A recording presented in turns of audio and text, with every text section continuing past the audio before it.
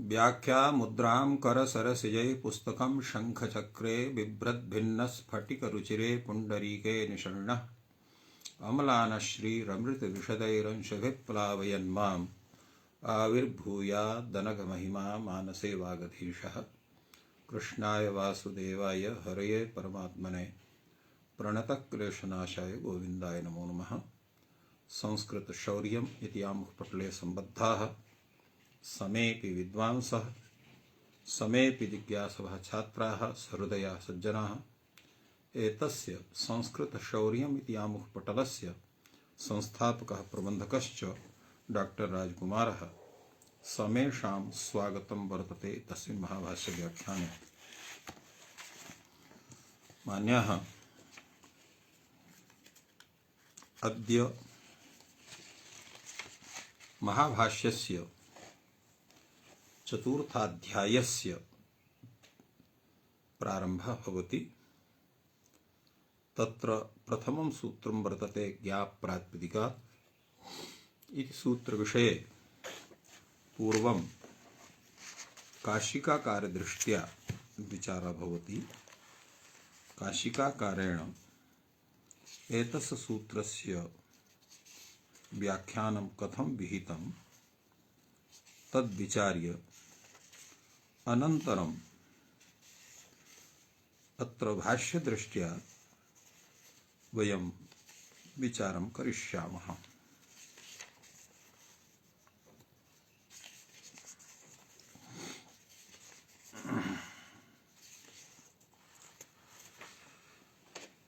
अत्र यथा जानन्ति सर्वे, इदं सूत्रम् अधिकारसूत्रं वर्तते। तत्र सिद्धान्तकौमुद्यां यथा उक्तमस्ति आपञ्चम परिसमाप्तेरधिकारः। एतस्य सूत्रस्य पंचमाध्याय समाप्तिपर्यन्तम् अधिकारः वर्तते। आपञ्चम परिसमाप्तेरधिकारः इत्यत्र आ या आङ् वर्तते सः अविविधि अर्थे वर्तते। अविविध्यर्थे तत्सहितः अविविधिः तेन विना मर्यादा। तो आ पंचम परिसमाप्तेरधिकारः इत्यत्र एवं रूपेण तस्य गणना भवति। अधिकारोऽयं यदित ऊर्ध्वम् अनुक्रमिष्याम आपञ्चमाध्याय परिसमाप्तेः ज्ञाप्रातिपदिकात् इत्येवं तद्वेदितव्यम् इति काशिकाकारः वदति। यदितः अर्थात् एतत्सूत्रात् आरभ्य इतः ऊर्ध्वम् अनुक्रमिष्यामः। अनुक्रमिष्यामः अर्थात् एतस्य अनुक्रमणम् अनुवर्तनं विधास्यामः। तत्र आपञ्चमाध्याय परिसमाप्तेः, पंचमाध्याय परिसमाप्ते अर्थात् पंचमाध्यायस्य चतुर्थपादस्य यदन्तिमं सूत्रं वर्तते तदभिव्याप्य एतस्य सूत्रस्य अधिकारः वर्तते। तेन सर्वत्र यानि यानि सूत्राणि सन्ति तानि ज्ञन्तात् आवन्तात् प्रातिपदिकाच्च परः प्रत्ययः भवति इति वदन्ति। स्वादिषु कपर्यन्तेषु प्रकृतिः अधिक्रियते। तो स्वादिषु अर्थात् सौजषीति सु इति प्रत्ययात् आरभ्य कप प्रत्यय पर्यन्त तत्र प्रकृतिः अपि अधिक्रियते प्रातिपदिकात् इति। ज्ञाप अत्र यतो यत्र प्रकृतिः एव ज्ञन्ता प्रकृति भवतु आवन्ता प्रकृति भवतु प्रातिपदिक संज्ञिका प्रकृति भवतु एवं रूपेण तस्य अधिकारः भवति। अत्र ज्ञाप इत्यत्र ङि इत्यनेन कस्य ग्रहणं? ङीपः ग्रहणं, ङीषः ग्रहणं, केवलं ङीनः वा ग्रहणम् इति प्रश्नः उदेति। तस्मिन् विषये काशिकाकारः वदति ङी इति ङीं ङीष् ङीनां सामान्येन ग्रहणम्। अर्थात् अत्र ङि इत्यनेन ङी प्रत्ययस्य, ङीष् प्रत्ययस्य, ङीन प्रत्ययस्य एतेषां त्रयाणामपि प्रत्ययानाम् अत्र ग्रहणं भवति। एवं टाप् इत्यपि तत्र टाप् जाप् डाप् एतेषां समेषां बोधकं भवति। यद्यपि अत्र आप अतएव आप इति ग्रहणम्। अत्र आप इति टाप डाप चाप एतेषां तत्र बोधकं भवति। अतएव सामान्येन आप इति इत्युक्तं वर्तते। आप इति कथनेन तत्र समेषां ग्रहणं भवति। यतोहि आप इति स्वरूपं टापि अपि वर्तते, चापि अपि वर्तते, डापि इत्यपि वर्तते। अस्मात् हेतोः त्रयाणामपि एतेषामपि ग्रहणं भवति। प्रातिपदिकात् प्रातिपदिकम् इत्युक्तं। तो प्रातिपदिकम् इत्यनेन कस्य ग्रहणं भवति? तदा उच्यते अर्थवत् कृत्तद्धि समासाश्च। अर्थात् अर्थवत् अधातुरप्रत्ययः प्रातिपदिक सूत्रेण यस्य प्रातिपदिक संज्ञा भवति, यस्य च कृद्धि समासाश्च इति सूत्रेण प्रातिपदिक संज्ञा भवति, एतेषां समेषां ग्रहणं भवति। अत्र प्रश्नः भवति ज्ञाप् प्रातिपदिकात् इत्यत्र एकवचनं कथम्? यतोहि अत्र ङीश्च आप्च प्रातिपदिकं च इति ज्ञाप् प्रातिपदिकानि इति भवेयुः। तत्र पंचमी विषये तत्र ज्ञाप् प्रातिपदिकेभ्यः इति सूत्रं स्यात्। ज्ञाप् प्रातिपदिकात् इति सूत्रस्य स्वरूपं कथम् इति प्रश्नः भवति। एतस्मिन् विषये समादधाति काशिकाकारः तेषां समाहार निर्देशः ज्ञाप् प्रातिपदिकात् इति। अर्थात् अत्र इतरेतर द्वन्द्व समासः नास्ति, अपितु अत्र समाहार द्वन्द्व समासः वर्तते। तो ङीश्च आप्च प्रातिपदिकञ्च येषां समाहारः ज्ञाप् प्रातिपदिकं तस्मात् ज्ञाप् प्रातिपदिकात् इत्येव रूपेण अत्र समासः ज्ञेयः। अग्रे तावत् अत्र काशिकाकारः विचारयति यद्यपि च प्रत्ययपरत्वेन पारिशेष्यात् इयमेव प्रकृतिः लभ्यते तत्रापि वृद्धा वर्ण स्वर द्व्यज लक्षण प्रत्यय विधौ तत्संप्रत्ययार्थम ज्ञाप् प्रातिपदिक ग्रहणं कर्तव्यम् इतरथा हि समर्थ विशेषण में तत् स्यात्। किं तात्पर्यम्? तात्पर्यम् इदम् अस्ति यत् प्रकृतित्वेन केवलं द्वयोरेव ग्रहणं भवति। धातोः प्रातिपदिकस्य च। तत्र धातोः इत्यधिकारस्य सत्वात् अनुवर्तनस्य वा सत्वात् तृतीयाध्याये तत्र यानि यानि सूत्राणि सन्ति यत्र धातु इति ग्रहणं वर्तते तेषु सूत्रेषु तत्र एकं सूत्रं वर्तते तावत् धातुः इत्येव यस्य अनुवृत्तिः पाद तृतीयाध्याय समाप्ति पर्यन्तं भवति। एवमेव तत्र एकं सूत्रं वर्तते येन तत्र धातुः इत्यस्य अनुवृत्तिर्भवति। तत्सूत्रं वर्तते धातोरेकाचो हलादेः क्रिया समव्यवहारे यम् इति सूत्रादपि धातुः इत्यस्य अनुवृत्तिः उत्तरसूत्रेषु भवति।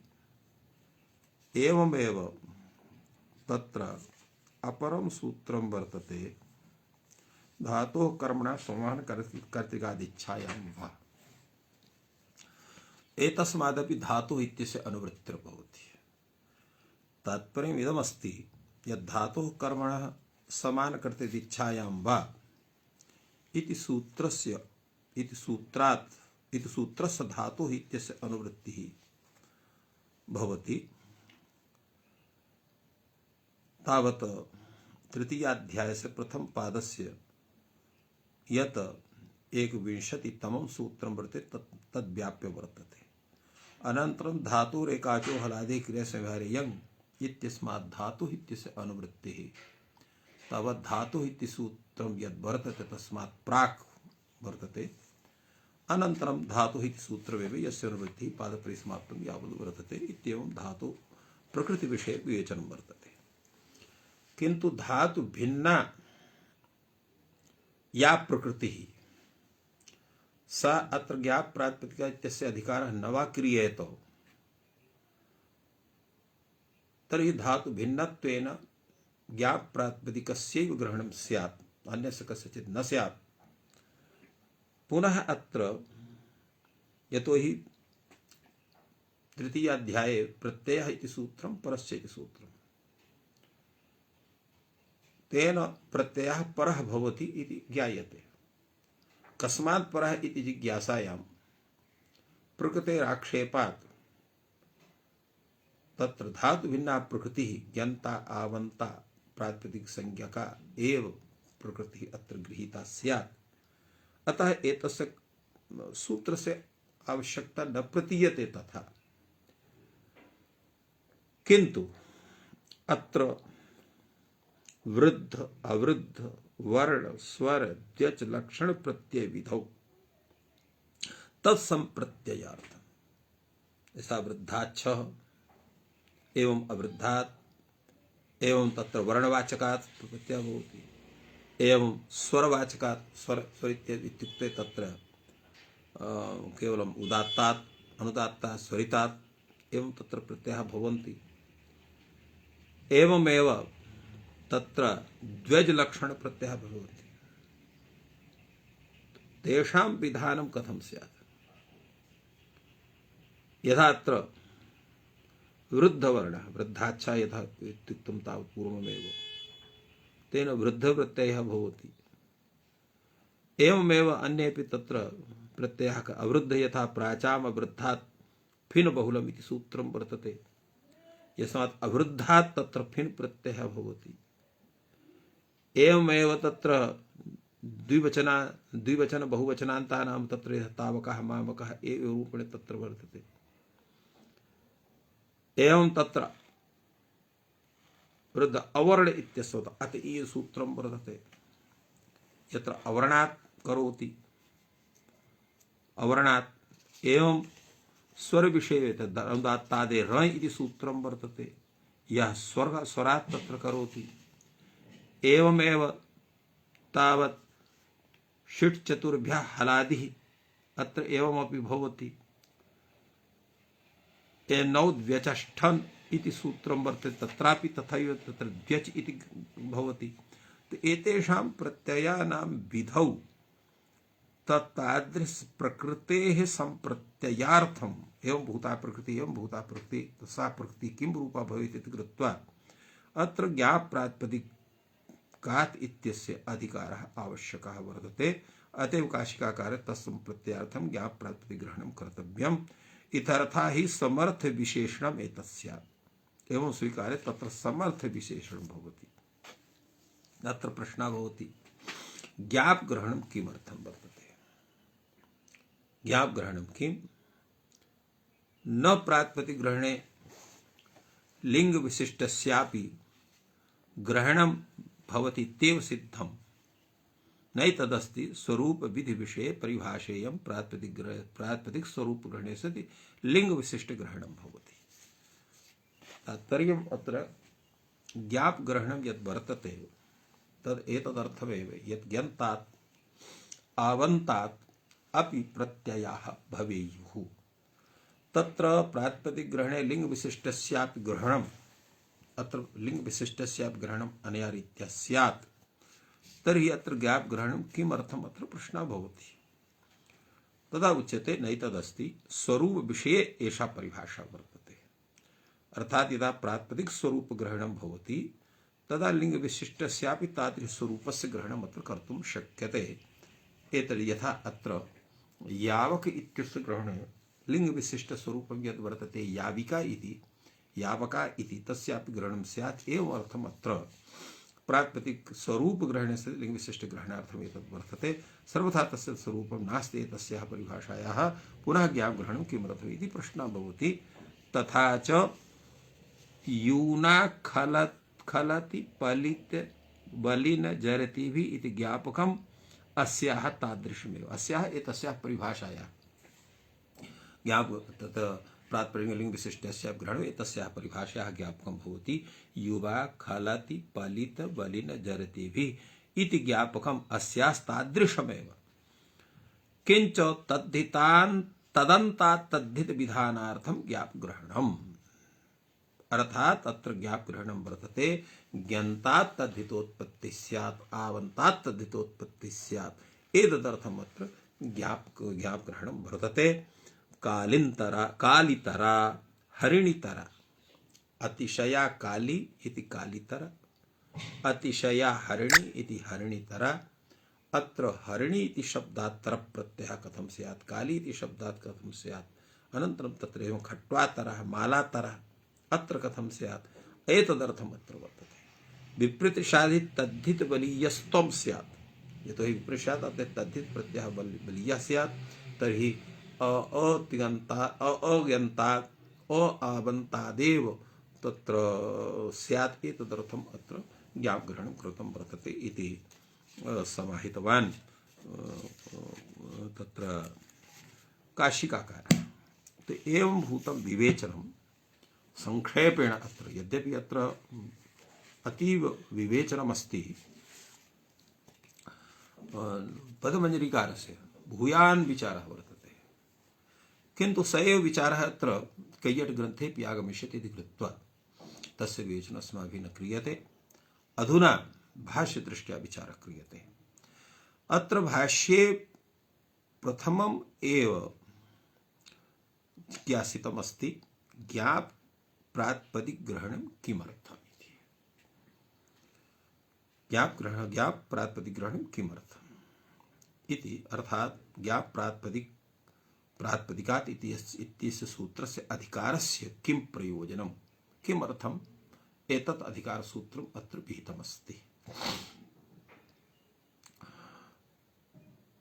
एतस्मिन् विषये किमपि समाधानं भाष्यकारः दद्यात् ततः पूर्वमेव कैयटः नागेशश्च इति विषये विचारं कुरुतः। तत्र पूर्वं कैयटः किं विचारयति सः कथयति ज्ञाप प्रातिपदिक ग्रहणं किमर्थम् इति परश्च इति वचनात् परे भवन्तः वक्ष्यमाणाः प्रत्ययाः प्रत्ययार्थ संबंध योग्यार्थाभिधायिनी ज्ञाप प्रातिपदिक लक्षणम् लक्षणम् एव प्रगतिम् आक्षेप्स्यन्ति सति च पंचमी देशे परश्च इति प्रत्याख्यातम् असत्युहे पंचमी निर्देशे वक्ष्यमाण प्रत्यय परत्व प्रतिपादनात् नास्ति प्रत्याख्यानम् सतिवा प्रत्याख्याने प्रत्यय द्योत्य वाच्यार्थ संबंध्यर्थाभिधायी प्रकृत्याक्षेपः सिद्धः इति प्रश्नः। अर्थात् अत्र यथा पूर्वम् अस्माभिः काशिका व्याख्यानावसरे उक्तमासीत् यत् तृतीयाध्याये प्रत्ययः इति प्रथमं सूत्रम् अनन्तरं सूत्रं परश्च इति। प्रत्ययः इति सूत्रस्यापि आपञ्चम परिसमाप्तिरधिकारः परश्च इति सूत्रस्यापि आपञ्चम परिसमाप्तिरधिकारः। तो अत्र प्रकृतिभ्यः विहिताः ये सन्ति तेषां विहितानां प्रत्यय इति संज्ञा भवति। अथ च प्रत्ययाः पराः भवन्ति परे भवन्ति प्रत्ययाः परे भवन्ति इत्येवं रूपेण तत्र उक्तम् अर्थः भवति तेन रूपेण। अतः परश्च इति वचनात्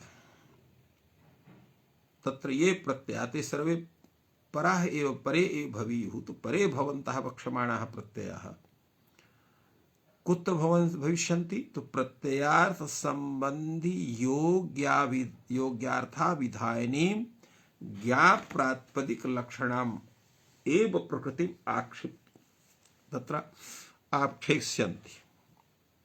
तेषां आक्षेपः यः भवति तो ज्ञात रूपा प्रकृति आवंत रूप प्रकृति प्रातिपदिक संज्ञा या प्रकृति एवं भूतानां प्रकृति नाम एव तत्र आक्षेपः भविष्यति।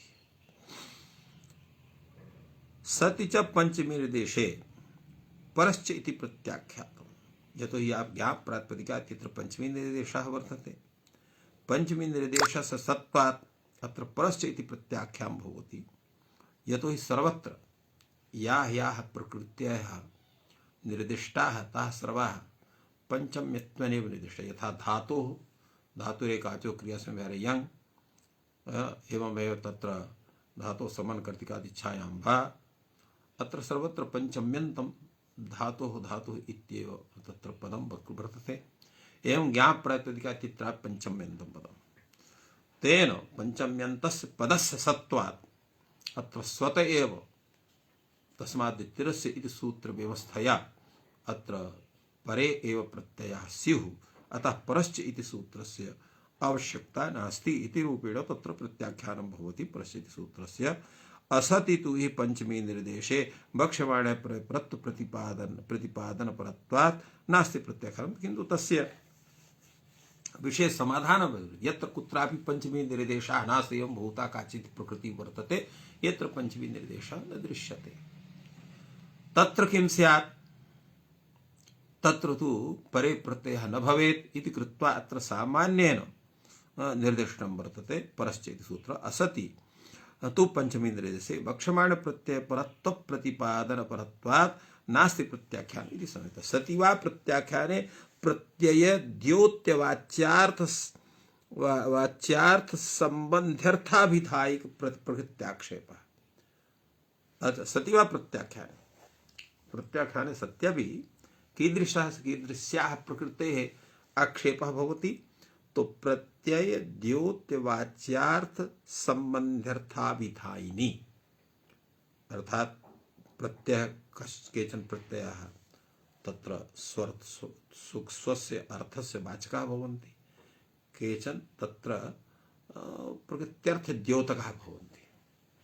तो स्वतंत्रतया तत्र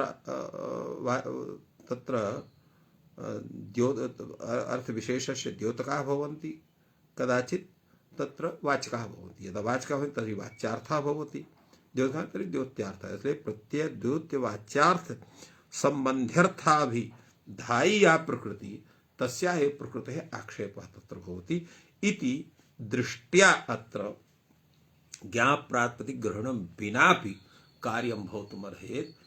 फलतः पुनः ज्ञाप प्रातिपदिकात् इति यत् अधिकार सूत्रम् एतद् वर्तते तस्य किम् अन्यत् प्रयोजनं भवितुमर्हति इति प्रश्नः। अत्र सति वा प्रत्याख्याने इति विषये अत्र काशिकाकारः नारायण तत्र उद्योतकारः अत्र ब्रवीति द्योत्यवाच्यार्थयोः सम्बन्धियोऽर्थः प्रकृत्याक्षेपः नित्याकांक्षत्वात् इत्यर्थः। नित्याकांक्षत्वात् अत्र प्रकृतेः आक्षेपः प्रकृतिः नित्याकांक्षिता भवति यतो हि प्रकृति विना तत्र परत्वं तत्र आनेतुं न शक्यते इति कृत्वा प्रकृत्याः आक्षेपः भवति। प्रत्यायति प्रकृत्या सह स्वार्थम् इति प्रत्ययः। अत्र प्रत्यय इत्यस्य लक्षणमपि दत्तं। प्रत्यायति बोधयति प्रकृत्या सह स्वार्थम प्रकृत्या सह स्वार्थम यः बोधयति सा स्वप्रत्ययः कथ्यते इति प्रत्ययस्यापि व्युत्पत्तिरपि दत्ता वर्तते। अत्र समाधानम् एतस्य वदति भाष्यकारः ज्ञाप प्रातिपदिकात् स्वादयो यथा स्युः धातोर्मा भूवन्। यतो हि पश्यन्तु तावत् सौजष्मौट् षष्ठाभ्यां भिस् गेभ्यां भिस् गसिभ्यां भिस् गसिभ्यां भिस् गसोसां ज्ञौ सु। अत्र एतत् सूत्रं यत् वर्तते तत् प्रथमान्तं वर्तते। अत्रापि तत्र समाहारद्वन्द्वसमासः। अत्र चेत् एतत् सूत्रं न क्रियेत अधिकारसूत्रं तर्हि यथा अत्र प्रकृतेः आक्षेपः भवति प्रकृतिश्च तत्र प्रातिपदिक रूपापि वर्तते, धातुरूपापि वर्तते, ज्ञन्तरूपापि वर्तते, आवन्तरूपापि वर्तते। तर्हि यथा अत्र ज्ञन्तात् आवन्तात् प्रातिपदिकात् स्वादयः प्राप्तः भवेयुः, तथैव धातोरपि प्राप्तः भवेयुः। तत्र धातोः न भवेयुः, ज्ञन्तात् आवन्तात् प्रातिपदिकात् ए भवेयुः, एतदर्थम् एतत्सूत्रम् आवश्यकं वर्तते। ज्ञाप्रतिपदिका स्वादयो यथा स्युः धातोर्मा भूवन्, एतदर्थम् एतत् अधिकारसूत्रम् आवश्यकं वर्तते। एतस्यापि व्याख्यानं कैयटः वदति, असत् इह प्रकृतिनिर्देशे धात्वाधिकारात् धातोरेव स्युः, यतो धातुः इत्यधिकारः वर्तते। कश्चन एवं वक्तुं शक्नोति यत् धातुः इत्यस्य तु भवानेव पूर्वं कथितवान् यत् आपञ्चम तत्र तृतीयाध्यायं यावत् अधिकारः वर्तते। तो तत्कारणम् इत्थम् अस्ति यतो हि ज्ञाप् प्रातिपदिकात् इति सूत्रस्य अधिकारः चतुर्थाध्यायात् प्रारभते इति कृत्वा धातोः इत्यस्य अधिकारः तृतीयाध्यायपर्यन्तं जायते। किन्तु यदा एतत् सूत्रं न स्यात् तर्हि धातु इत्यस्य अधिकारः आपञ्चमपरिसमाप्तेः स्यात्, तर्हि सर्वेपि तद्धितप्रत्ययाः सुवादिप्रत्ययाः एवमेव तत्र स्त्रीप्रत्ययाः सर्वेपि तत्र धातोरेव स्युः तस्य अधिकारस्य सत्त्वात् इति तात्पर्यम्। तो धातोर्मा भूवन् एतदर्थम्। अतएव अत्र असत् इह प्रकृतिनिर्देशे धात्वाधिकारः धातोरेव स्युः, वासरूपविधिश्च स्यात्। वासरूपविधिः स्यात् अर्थात् वैकल्पिक वृत्तिः स्यात्, अथवा प्रत्ययपरत्वेन प्रकृतिमात्राक्षेपे धातोरपि स्युः, अथवा अत्र मन्ये तत्र धातोः आक्षेपः न भवति, किन्तु अत्र प्रत्ययः परे भवन्ति इति कृत्वा अत्र प्रकृतिमात्रस्य आक्षेपः स्यात्। तो धातोरपि एते प्रत्ययः स्यात्, प्रातिपदिकादपि स्यात्, ज्ञन्तादपि स्यात्, आवन्तादपि स्यात्, प्रत्ययः एव रूपः तस्य अर्थः स्यात्। तथैव अत्र अथवा प्रत्ययपरत्वेन प्रकृतिमात्राक्षेपे धातोरपि स्युः, तत्र यथा कर्तृकर्मणोः लकारः उत्पद्यते साधनाश्रय संख्यायां च तिङा उत्पत्ति कर्त्रादिषु तत्र त्रिच् तव्यादीनां तथा स्वादयोरपि स्युः, तथैव तस्मिन् अर्थे यतो स्वादयः अपि तत्र एकत्वम् अर्थं कर्तृत्वं वा बोधयन्ति, तथैव अत्रापि स्यात्।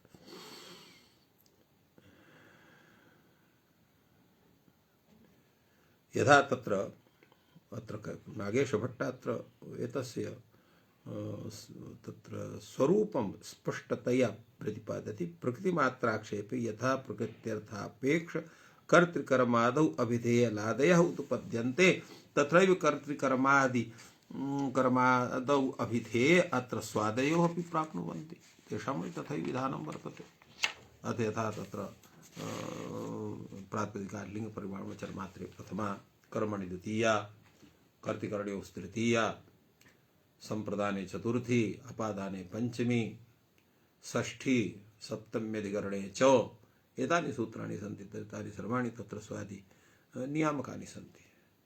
उच्यते अत्र नैतदस्ति प्रयोजनम्। एतत् प्रयोजनं भवतु परहि धातोः तव्यादयो विधीयन्ते ते अबाधत्वात् बाधकाः भविष्यन्ति। अत्र अयं दोषः न भवतुम् अर्हति, अर्थात् धातुः न भवतुम् अर्हति। कथमिति चेत् धातोः तव्यादयः विधीयन्ते, अतः अत्र तव्यादयः धातोः अत्र प्रबाध्य धातोः एतान् प्रबाध्य अत्र धातोः एतान् तद्धित प्रत्ययान् प्रबाध्य अत्र धातोः विहिताः ये प्रत्ययाः तेऽपि स्युः। एतस्य व्यवस्था अत्र न भवितुम् अर्हति। नैतदस्ति प्रयोजनं धातोस्तव्यादयो विधीयन्ते ते अबाधत्वात् बाधकाः भविष्यन्ति। ते अर्थात तव्यादयः अबाधत्वात् बाधकाः भविष्यन्ति। केषां बाधकाः भविष्यन्ति? तद्धित प्रत्ययानां बाधकाः भविष्यन्ति। फलतः तद्धित प्रत्ययाः ज्ञन्तात् आवन्तात् प्रातिपदिकादेव स्युः, अतः कश्चन दोषः न भवति इति प्रतिपादयति। तदा उच्यते तिङन्तात् तर्हि मा भूवन्। यदि कर्मादयः स्वादीनाम् अर्थः तत्र यथा पुत्रीय शब्दान्तर्भूत कर्म क्रियावाचिनः कर्तरि लकाराः उत्पद्यन्ते तथा पचति शब्दात् कर्तव्यष्टा क्रियावाचिनः कर्मादिषु द्वितीयादयः स्युः। अत्र एवं तत्र अग्रे विचारः भवति यत् अग्रे तत्र विचारः भवति तिङन्तात् तर्हि मा भूवन् इति। अर्थात कर्मादयः स्वादीनाम् अर्थात् तत्र यथा पुत्रीय शब्दान्तर्भूत कर्म क्रियावाचिनः कर्तरि लकारः उत्पद्यते तत्रैव पचति शब्दात् कर्तरि विशिष्ट क्रियावाचिनः कर्मादिषु द्वितीयादयः विभक्तयः स्युः इति प्रश्नः अत्र उच्यते। यद्वा एकत्वादिष्वपि विभक्त्यर्थेषु यथा एकः द्वौ बहवः इति भवति प्रकृत्याभिहितेष्वपि भवत्येवं तिङाभिहितेषु अत्र स्युः इति एवं रूपेण तत्र प्रश्नः भवति। तस्य उत्तरम् उच्यते एकत्वादिषु अर्थे स्वादयः विधीयन्ते ते चात्र तिङोक्ता एकत्रादयः इति कृत्वा उक्तार्थात्वात् न भविष्यति। अर्थात एकत्वादिषु अर्थेषु स्वादयः विधीयन्ते ते चात्र तिङोक्ताः एकत्वादयः अर्थात् एकत्वादयः अर्थः तिङ भी उक्ताः वर्तन्ते। तो उक्तार्थत्वात् न भविष्यन्ति, उक्तार्थत्वात् अत्र स्वादयः न भविष्यन्ति। एवं तात्पर्यं यथा संख्या विभक्त्यर्था सा तिङा एव अभिहिता इत्युक्तः स्वादयः तत्र कथं स्युः। एकादिभ्यस्तु वचन ग्रहणात् यत्नात् संख्यावाचिभ्यः यथा भवति, किन्तु किमस्ति अत्र तदा विचार्यते यत्र नायं संख्या नायं यत्नः प्रकृतः इति वा, अयं यत्नः प्रकृतः नास्ति। अत्र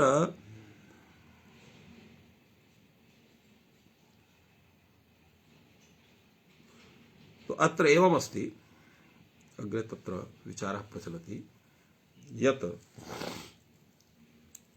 एकत्वादिषु अर्थे स्वादयः विधीयन्ते ते चात्र तिङोक्ताः एकत्वादयः। अत्र उक्तार्थानां प्रयोगः इति रीत्या पचति इत्यस्मात् पचतः इत्यस्मात् पचन्ति इत्यस्मात् अत्र स्वादयः प्रत्ययः न भवेयुः इति तत्र प्रतिपादयति भाष्यकारः। एतस्मिन् विषये कैयटः किञ्चित् विचारयति। किं विचारयति कैयटः? वदामस्तावत्। संख्या विभक्त्यर्थः सा च तिङैव अभिहिता इत्यर्थः तत्र स्वादयः न भविष्यन्ति। एवं एकत्वादिभ्यः वचनग्रहणात् तत्र यत्नात् संख्यावाचिभ्यो प्रथमा भवति, संख्यावाचिभ्यो प्रथमा भवति। पचति शब्दात् कर्तृभिधायिनः कर्मादिषु द्वितीयादीनाम् उत्पत्तिर्युक्तः न एकक्रियापेक्ष भिन्न साधनाभिधायिनो रेकस्मिन् पदेन अनुसहाय भावः उक्तः। तत्र किम् आयाति? तत्र उच्यते न हि एक क्रियापेक्ष भिन्न साधनाभिधायिनोः एकस्मिन् पदे अनुग्रह भावः गुणः अनुसहाय पदे अनुसहाय भावो युक्तः। एवं तत्र उक्तं वर्तते न हि एक क्रियापेक्ष भिन्न साधनाभिधायिनोः एक क्रियापेक्ष भिन्न साधनाभिधायिनोः एकस्मिन् पदे अनुसहाय भावः युक्तः। अत्र अनुसहाय भावः न भवति। पुत्री शब्दस्तु जीवत्यादि धातु विशिष्ट क्रियावाची इति ततः कर्ते लकारोत्पत्तिः विरुद्धः इत्यर्थः। अत्र अग्रे उच्यते यत् पुत्री शब्दस्तु जीवत्यादि धातुवाच्य एवं अत्र उक्तं वर्तते। एतस्य व्याख्यानम् अत्र अनभिहिते इत्यस्य व्याख्यानं। यतो हि अत्र यः शब्दः अत्र दत्तः वर्तते यत तिंगैव अभीते अर्थात तिंगो ग्रहणम क्रियते एतत् यः विचारः समागासीत् तस्मिन् विषये अत्र नागेशभट्टः किञ्चित् वदति अनाभिहिताधिकाराच्च इति विषये कैयटः वदति। किं वदति नागेशः? अत्रेदं चिन्त्यं पचति पश्य इत्यादौ क्रियाया अपि कर्मत्वात् भाष्योक्त एव समाधियुक्तः न च औसर्गिक वचनयुक्तं न केवल प्रकृति निषेधेन केवल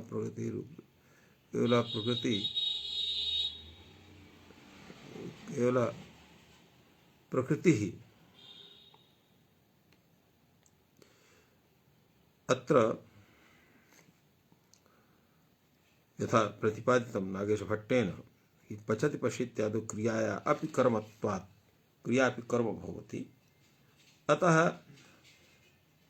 भाष्योक्त एव समाधि यत्र युक्ता न च औत्सर्गिक वेचनं युगपत् औत्सर्गिक एक वचनं तत्र सर्वत्र न भवितुमर्हति न केवल प्रकृति इति निषेधेन यत्र केवल प्रकृति प्रयोगः न प्राप्तः तत्र तत्प्रवृत्तौ अपि अन्यत्र तत्प्रवृत्तौ मानाभावः अर्थात कि प्रमाणं नास्ति प्रकृतित्वं च प्रत्यय विधिद्वेषतावच्छेदकावच्छिन्नत्वम् अर्थात सकल प्रत्यय विधौ यत् उद्देश्यं वर्तते सा एव प्रकृति एतदधिकाराभावे हि प्रत्यांतरा न विहित संख्या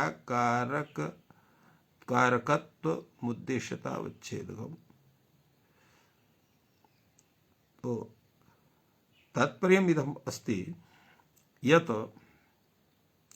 तावत् तादृशी एव प्रकृतिः अत्र गृहीतव्या भवति यः प्रत्यय विधौ उद्देश्यतावच्छेदका क्रांता स्यात् प्रकृतित्वं च प्रत्यय विधौ उद्देश्यतावच्छेदकावच्छिन्नत्वम् अर्थात् सकल प्रकृतेः ग्रहणम् अनेन भवति एतदधिकाराभावे हि प्रत्ययान्तरा न विहित संख्याकारकत्वम् उद्देश्यतावच्छेदकम् इति कथनम् अत्र स्यात् न चेदं तदवच्छिन्नमिति नैतद् विषये तन्निषेध प्रवृत्तिः तथा भूतं नास्ति अतः अत्र प्रवृत्तिर्भवति अव्ययेभ्यः ताभ्यादासुप अव्ययेभ्यः तु अव्ययादासुप इति ज्ञापकात् कस्यचित् उन्मत्त एवं तत्र अनव्ययेत्य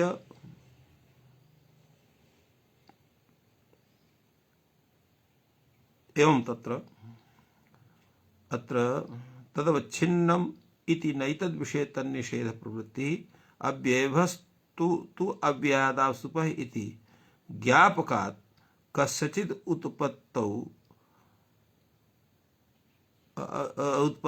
आवश्यकायाम् औसर्गिकं च